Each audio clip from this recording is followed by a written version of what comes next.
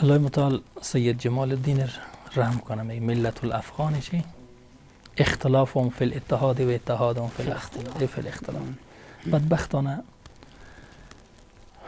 ملت ما و شما به جای اینکه از این اختلافات طبیعی که الله متعال به قومیت و به نژاد و به سمت داده بود از اینا رهبرای بزرگواری که در طول تاریخ گذشته اگر از اینا به استفاده خوب میکرد از اینا به عنوان یک گل استفاده میکرد که هر شاخه از یک رنگ بودی و یک بوی بودی، متاسفانه یک ضربه و یک حربه برای کسب قدرت استفاده شد و این باعث از این شد که ما و شما به دامان بیگانه ها رجوع کنیم و به دامان بیگانه ها افتادیم و زیر استعمار فکری از اونا قرار گرفتیم.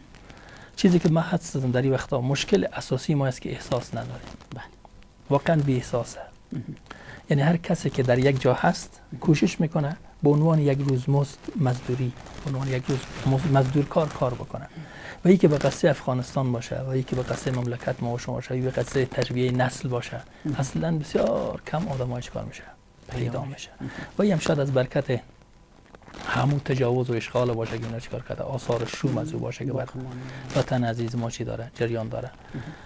واقعا در جای هست میبینیم که من همیشه گفتم در طول این صحبت ها اگر شنیده باشیم یک اداره ساخته میشه، مثلا اداره تعلیمات تکنیکی و مسلکی، خروجی از شاگرد ما هست و شاگرد باید بره به بازار کار. یعنی ما کسایی که تربیت میکنیم بازار کار افغانستانه، بازار معادن افغانستانه، اینا رو باید زیر نظر بگیره و به اینا جذب بشه. متاسفانه تا به حال چیه؟ شاگرد گفت از بیرون میاد. 20 سال ما نتونستیم در کارخانه روغن ما چیکار کنیم؟ افراد تربیت کنیم. حالا فعلا به هزاران نفر می از بیرون در اونجا چیکار میکنه؟ کار میکنه. اما ما شما گوش نهستیم و او هم معاش دلاری نه معاشی، معاش افغانی. خیانتی که در این وطن شده این است که هر کس آمد دنبالش آمد، دنبال قوم خود، دنبال قیش خود. یک اینستیتوت ساخته شده در یک جا، لیسه ساخته شده، اما نه به خاطر اساس تقاضای او مردم یا در اونجا واقعا میتونه خدمت کنه، فقط به خاطر از اینکه وکیل صاحب بتونه یک کس چیکار کنه، خوشحال کنه. هیچ نتیجه نداشته غیر از خیانت. ما در جای رفتم اینستیتوت داریم ما، درست، اینستیتوت جمهوریت در بخش نسوان است. و همراه عامر از وقت رفتن صحبت کردیم، گفته که رئیس صاحب اینجا هر کس آمد فقط قوم خود مقرر کرد، یا وکیل آمد که ای باید باشه، یا وزیر آمد که باید ای باشه یا ای باشه. هیچ کس به دنبال از این نبود که بگه چه کسی رشتی از این موافق است یا مخالف است، فقط جا پیدا بشه. همون بعضی روزا که ما مکتوبای درخواستای تقرری که میشه، یک بست خالی که میبینه همینجا بست خالیه، در اونجا اون پیشنهاد میکنه. دیگه دنبال از این است که آدم واقعا کار کردن میتونه یا مسلکی است یا نه.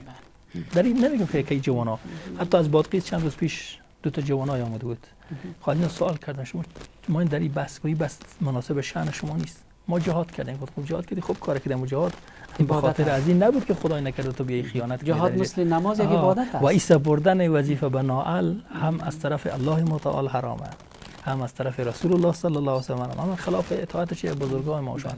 برو مثلا در بخش نظامی در دیگه جا برو نه. و این کارا شده جناب احمدی صاحب بزرگوار، واقعا دردآور. اگر شما بریم یک روز، من زیاد می‌گردم مثل دیگه کسا داخل اداره نشستنیم، یک اینستیتوت من زیاد میرم، حتی در اینستیتوت ناشنوایان من 4مین بار است که میرم. نام خدا شد به خاطر از اینکه یک قشر بسیار مستضعفه، یک قشر بسیار محرومیه. در کنار از اینا بیشتر باید انسان باشه. اولین ملاقاتی که من داشتم اینستیتوت نابینایان بود، روز سوم رفتم اونجا دیدم. من اخبار و گزارشات اما اینجا یعنی چیزایی است که باید لمس بکنی اونجا ببینی. وقتی اونجا میری آدم حیران میمونه که میلیون ها دلار سرمایه نه، اما مثلا هیچ کس نیست درس بکنه یا درس میکنه خیانت میکنه. چند روز پیش استاد اومده در 4-5 سالی تدریس میکرده، خودی فارغ از ادبیات دری، اما مثلا تدریس ازی در بخش زراعت بوده. 8 سال در پروانی کار کرد استاد. خب حالا ما کار کردیم در بحث تنقیصاتی که در تشکیل آمده، کار کردیم کسایی که رشته عمومی بوده یا خلاف مسلک بوده اونا شکار کنیم، اونا رو در تنقیص در اولیتمون اونا قرار داشتن. و این شده جناب احمدی صاحب بزرگوار که اگر واقعا هر کس آمده یک کسی مقرر کرده و دون از اینکه مثلا واقعا ببینه که این آدم کار کرده میتونه، این به نفع از اداره هست، به جایگاه هست. گفتم من همیشه میگم صنف ساخته شده در اداره گذشته، شاگرد باید زحمت بکشه. من رفتم نمونه دیدم به نام زراعت، اینستیتوت زراعت نزدیکی ما، یعنی در 500 متری اداره تعلیمات تکنیکی است. روز یک بزرگوار آمد گفت یک استاد گفت عامر این قصد داره مرد تبدیل کنه. بودم چرا تو تبدیل میکنی؟ آدم خوب نیست. یک کسی دیگه بود اینجا در اداره نشست گفت بسیار آدم خوبیه. وقتی نشد گفتم پس میرم اول رو میبینیم، بعد از خوب و خرابی از اینجا معلوم نمیشه. وقتی رفتم در اونجا در یک صنف 2 شاگرد نشسته بود، در یک صنف 3 شاگرد نشسته بود، در یک صنف هیچ چه وجود نداشت. نه؟ اما در کنار از او در بجایی که پول چپتر رو بیاد از اداره بگیره و ما مطبعه داره میتونه چاپ زده بسیار کاغذ و قرطاسی همین چیز، اما از او شاگرد بدبخت پول میگیره. نه؟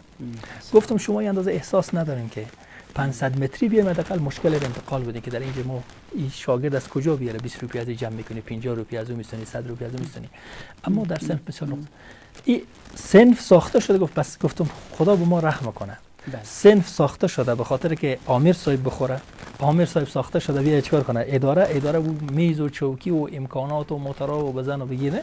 اما اصل شاگرد ما اینجا بدبخت واقعا در جایی بود که دیوارا لوم بیده، خانه مثلا به شکل مهاجرات میسازه و او شکل ساخته، اما در کجا؟ در قلب کابل.